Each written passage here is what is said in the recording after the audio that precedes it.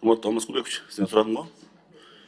Башка өлкөнүн биздеги почетный консулдар эмес беле? Ошолор эмне иш аткарат? Башка өлкөнүн почетный консулдары бар го биздеги. Эмне иш аткарышат? Сиздер көзөмөл дейсиңер ошолорду?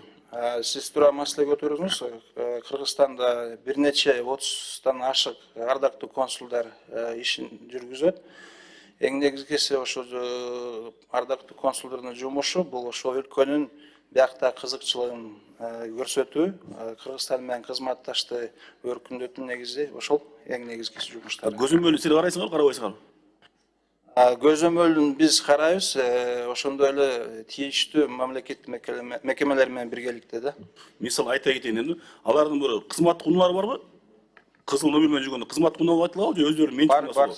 Ар бир ардактуу консулдукка ар бир тийиштүү кызыл номер таризделет. Ардактуу консул болуш үчүн Кыргызстандын жараны болуш керекпи, сөзсүз?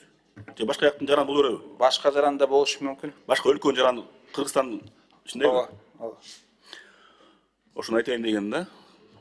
Тактайын деген. Ошону силер көзөмөлдөйсүңөр да, ким анда номер менен жүрөт, эмне кылып жүрөт деп. Же бирөөгө алып берип койгондорбу? Тура маселе көтөрүп атасыз, Улан Болотбекович.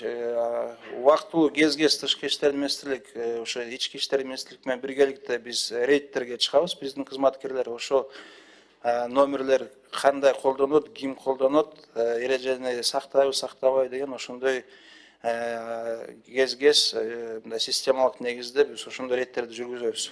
Айтайын деген, башка өлкөнүн жарандары ошондой номерлүү машина менен жүрүшөт да? Башка өлкөнүн, Кыргызстан жараны эмес, башка өлкөнүн да? Эгерде сизде ошондой маалымат болсо, бизге берсеңиз, биз текшеребиз. Эмне кылып жүрөт деп аларчы? Анда номер менен. Анда номерлүү машинаны эч ким тоспосо, токтотпосо, текшербесе, эмне кылып жүрөт алар?